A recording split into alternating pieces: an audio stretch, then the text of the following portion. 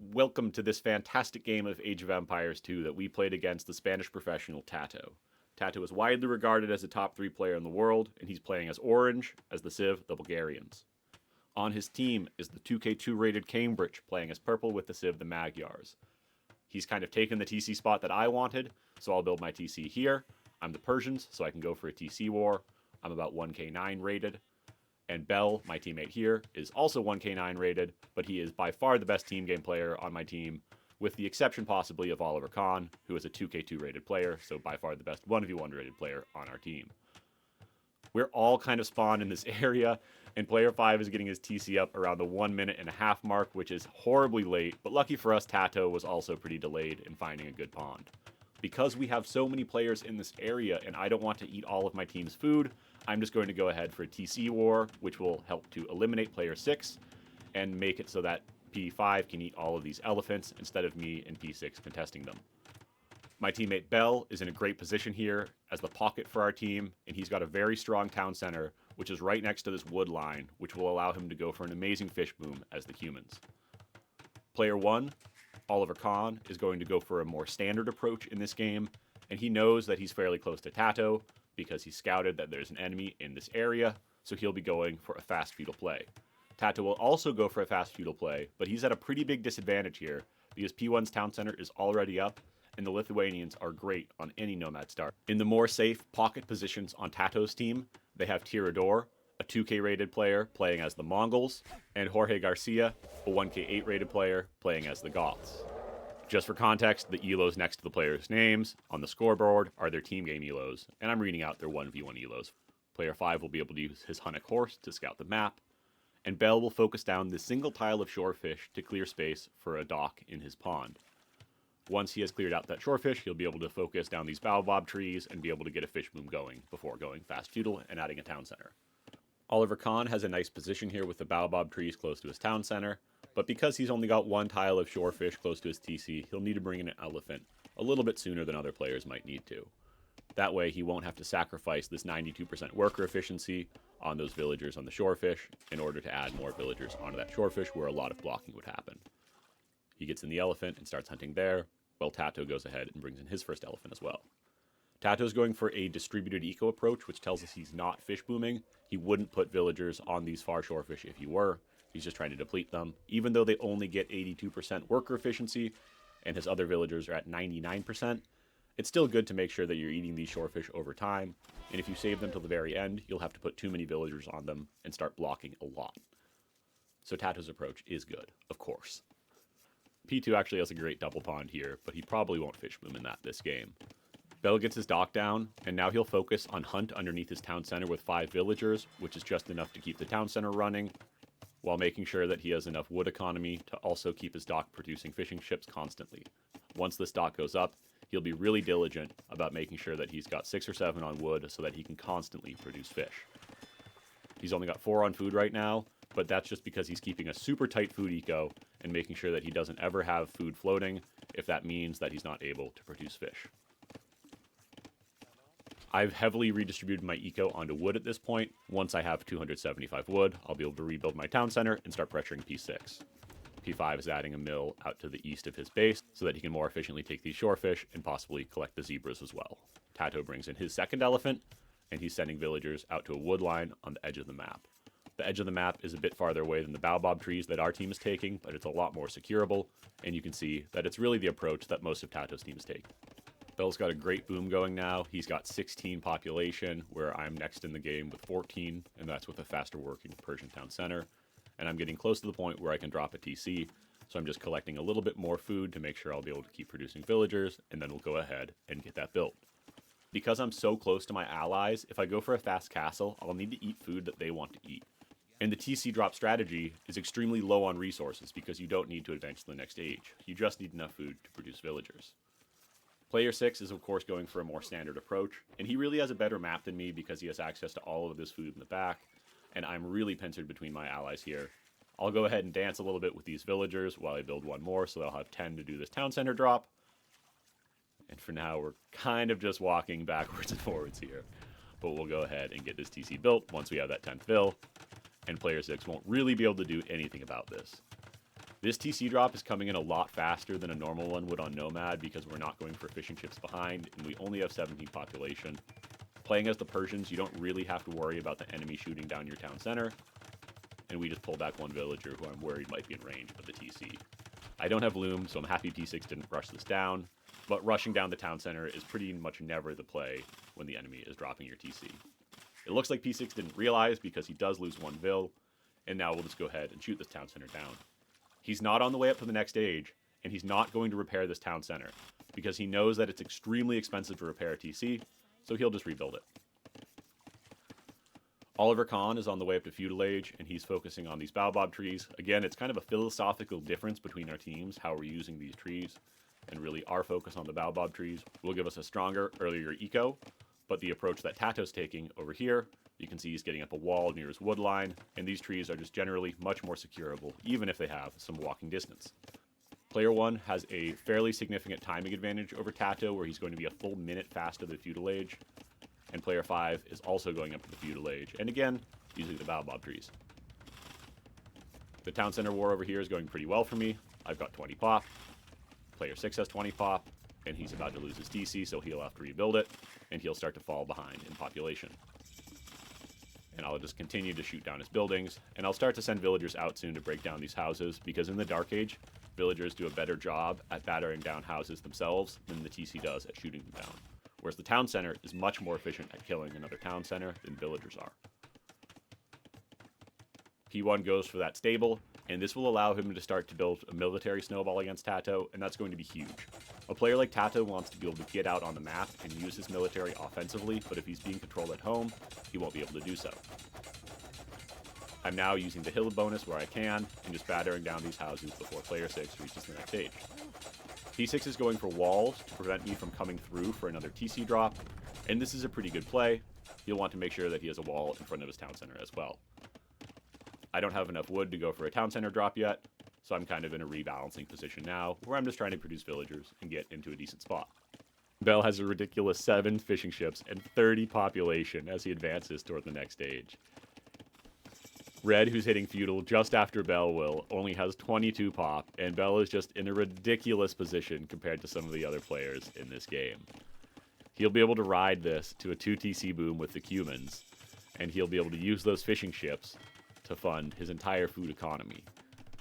He is a little bit low on wood eco right now, and running out of fish in the pond, so he will start to run into a position where his fishing ships might go idle. But he does have a pretty strong wood eco over here on the Baobabs. He's getting double bit axe, and he should be in an okay spot. Player 1's army is just bigger than TaToH's, and there's not a whole lot TaToH can do about this. As long as P1 doesn't take unnecessary hits from the Spearmen, he'll be able to pressure TaToH. These are two very high-level players with Ollie Khan around 2k2 and TaToH at 2k7. Because these two players are so high-level, neither is losing their military, and they just keep dancing in this area. Oliver's military advantage allows him to keep TaToH contained in this area. As these guys dance, Bell's second TC goes up on these Baobab trees in gold, and Oliver Khan continues to mass up units and starts to get to the point where he'll feel comfortable taking engagement. We're building our second town center now on player 6, and we've broken through, and P5 is assisting us with scouts. Unfortunately, unupgraded scouts aren't great on their own against villagers, so he's not able to fully dive P6's vills.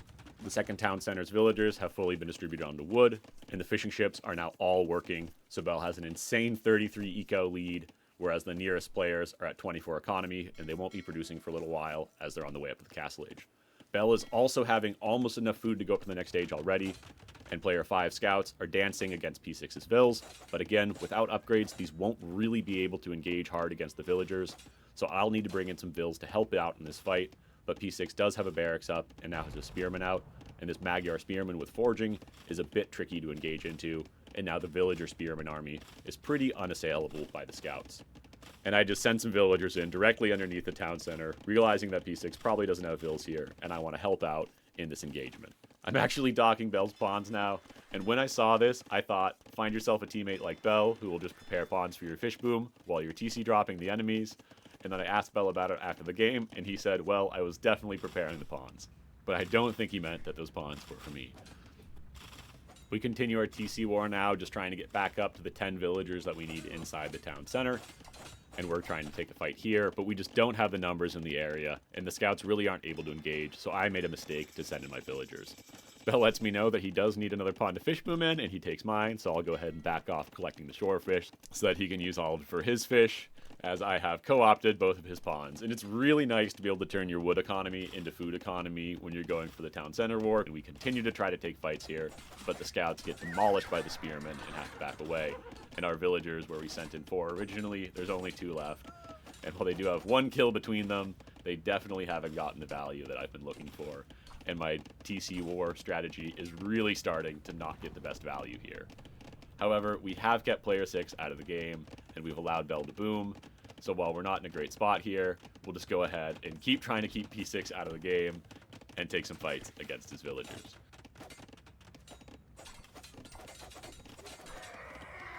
TaToH scouts have broken free of player 1, and he's denied player 5's archery range, getting his first vill pick. He takes down a second villager and is diving again for a third, takes it off, and evades the damage from the town center. He's got Bulgarians, and he's got both the blacksmith upgrades on these scouts, so they're super strong, and he'll go ahead and take out this spearman as it chases, and he'll go ahead and move on as he can't find more damage against the walls.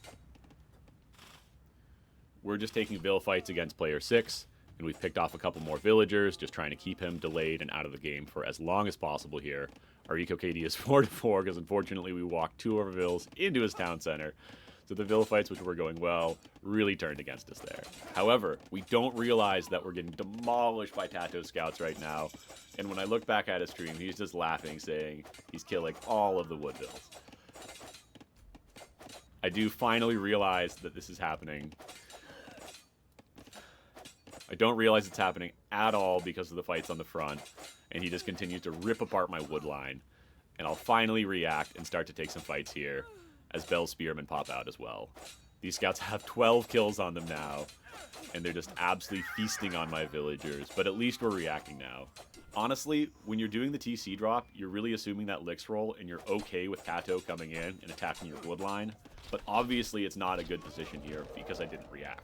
If I'd taken the full vill fight there, I would have been pretty happy that TaToH actually jumped those villagers, and he might even have backed off because of the vills and the spears, but instead he gets a ton of value, and these scouts walk away with 19 kills between them.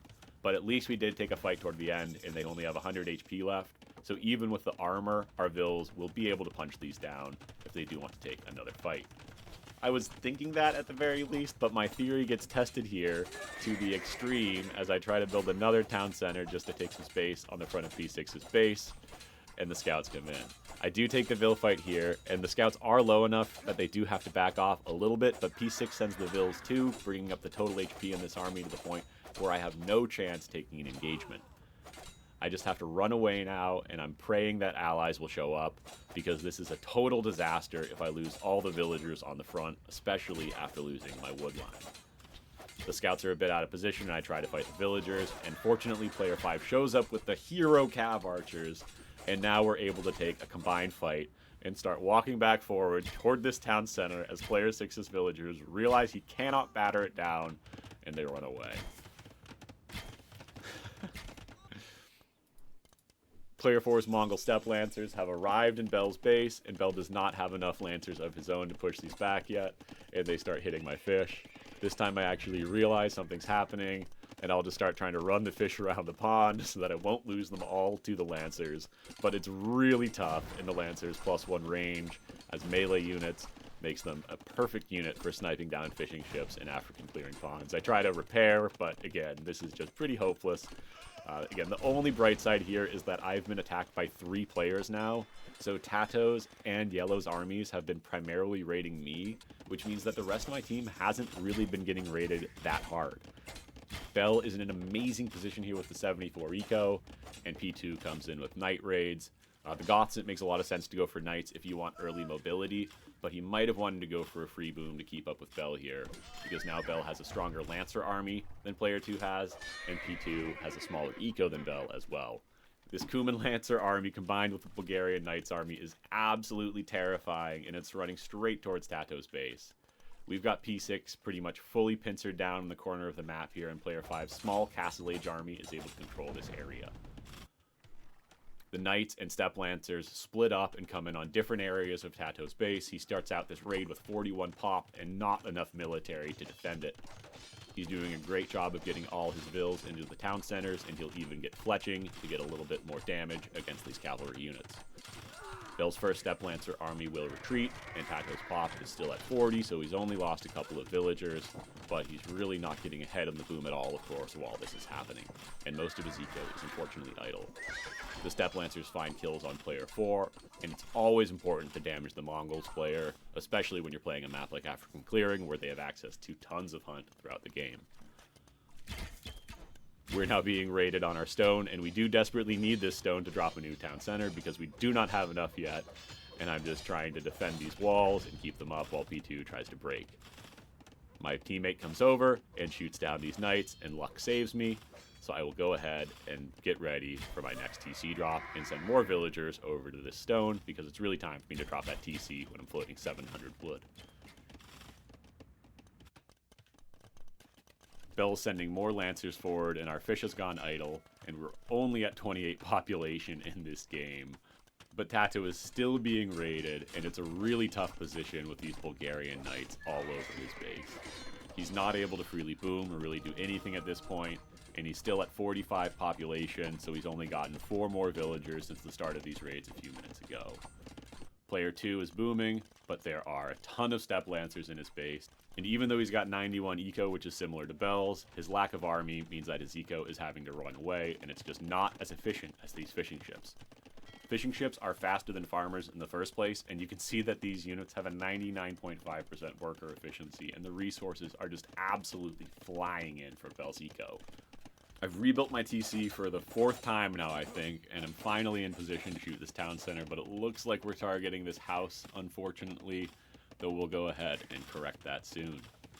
We send some villagers out to the northwest of our base to try to collect a little bit of food, and you can really see that we probably made a mistake by adding these docks, since I was planning to get up to feudal and trap them, but I haven't been able to.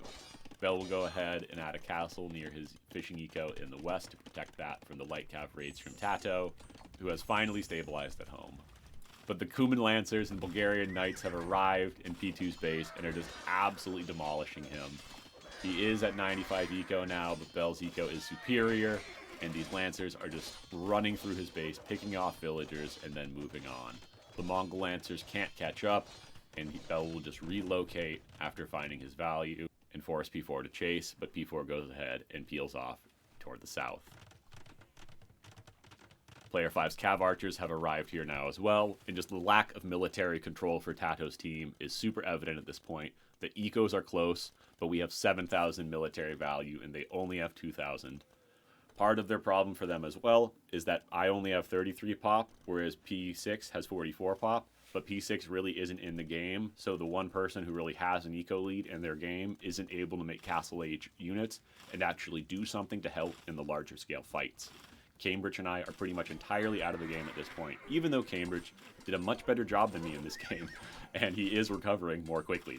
I'm happy to admit that.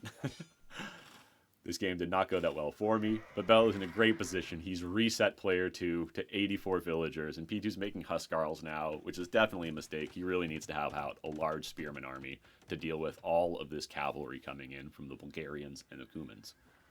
Bell's Lancer army is now too big for the Mongol Lancers to clear up, even with the Mongol bonus HP, and Bell is on his way to the Castle Age. And this game should start to end soon, because none of the enemy team will be able to deal with Bell's units. Luck comes in with the Cav Archers, and he's raiding P4, and Cambridge starts to make his way to the Castle Age, while I am still in the Dark Age. It doesn't really matter, though, at this point, because player 5 is doing a great job in this area, P1 is controlling the map as well, and we're still just attacking Cambridge's markets because I don't really know what to do, but I don't like to stop attacking people until I really have to, and that point is starting to come because I'm not going to be able to fight off these armies forever, especially when Cambridge hits Castle Age soon. But I commit to taking out the market and chasing him away, while Bell's eco is absolutely flying with 106 population and TaToH's team taps out. We had 55 Lancers coming from Bell, 29 Cav Archers coming from Luck, and 25 Knights coming from Oliver Kahn, who did an amazing job as the flank player against TaToH. He's still just all over TaToH's base, and our team did an amazing job with map control and team strategy here. We turned a fairly bad position in the south of the map into a really strong one because we didn't have to take the food our team wanted.